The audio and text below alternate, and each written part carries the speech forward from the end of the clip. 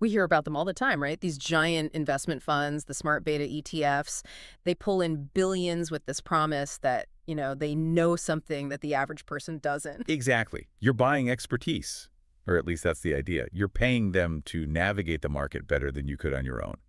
But today we're looking at a case study that suggests a lot of that expertise is just, well, inefficiency. And it uses some pretty wild technology to prove its point. It is wild. We're talking about a system with two AI engines, Mm-hmm. and you'll love the names, Robbit and Bullpig, that just completely tears apart a Goldman Sachs fund. Which one? The active beta U.S. large cap equity ETF. The ticker is GSLC. Okay, Robbit and Bullpig. We have to talk about the names before we get to the numbers. Yeah, they sound a little like cartoon characters, but the math behind them is dead serious. Just think of them as two different ways of looking at the fund. Okay. Robbit is your strategic lens. It's looking at the long game. Daily price moves, net asset value. It's hunting for those structural flaws in how the fund is built. So Robbit's the big picture. Then what's Bullpig? Bullpig is the tactical beast. It's down in Yeah. the weeds, analyzing 5-minute tick data. 5 minutes. Yeah, it's looking for what they call execution leaks. Those tiny moments during the day where the fund is just physically too slow to react to what the market is doing. And for this Goldman fund, these two engines came up with a specific score, right? They did. A Robbit score of -7. And what does that mean? In this system, that's a hard bearish rating. It's a huge red flag saying the fund is basically leaking value. All right, let's see the proof.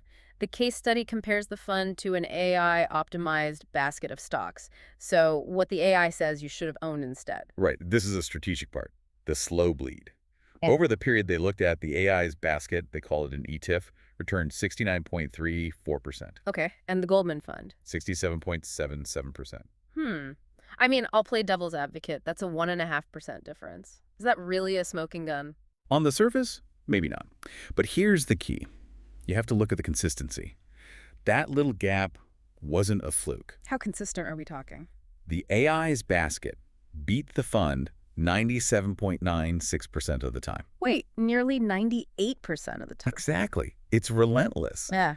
And that suggests a real structural drag. You're not just losing by a little bit. You are losing constantly. Okay, so that's the slow bleed. But you said Bullpig tracks the fast-paced stuff, the tactical side? And this is where it gets really ugly for the fund. When you look at just short-term momentum catching those quick market rotations, the AI basket returned almost 23%. And the fund? 16.8%. That's a 6% gap. That's huge. It is. And the most damning stat is what happens during volatile periods. When the market was really moving, the fund missed the maximum possible return by over 7%, 7.14 to be exact. So in plain English, The fund is too heavy. It can't turn the ship fast enough. By the time it rebalances its portfolio, the opportunity's already gone. It's always a step behind the smart money. so if the fund is a sluggish loser, what does the AI say we should own? This gets to that rose chart and the unit baskets. This is my favorite part. It's what they call the parent trap. Explain that. So the AI looked at all the data and basically said, stop, don't buy the package fund. Just buy this shopping list instead. It generates a unit basket, a literal list of shares to buy directly. And what was on the list for this fund? The top recommendation, 25 units of Goldman Sachs stock. Hold on. The AI says don't buy the Goldman Sachs fund, buy Goldman Sachs the bank. Precisely.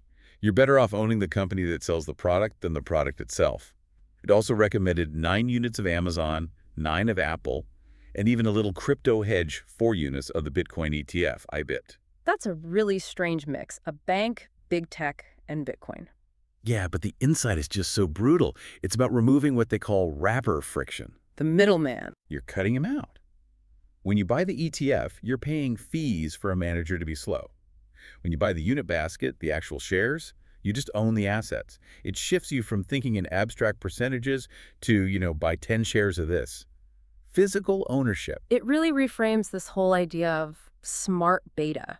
You pay these fees thinking there's some complex magic happening inside that black box. And the data here shows the magic is mostly just marketing. And I think that's the real provocative thought to leave you with. If an AI can prove that a sophisticated fund loses to a simple shopping list, a list led by its own parent company 98% of the time, are you really paying for expertise? Or are you just paying for the illusion of complexity? I think the math on that is pretty clear. A lot to think about. Thanks for tuning into this deep dive. We'll catch you on the next one.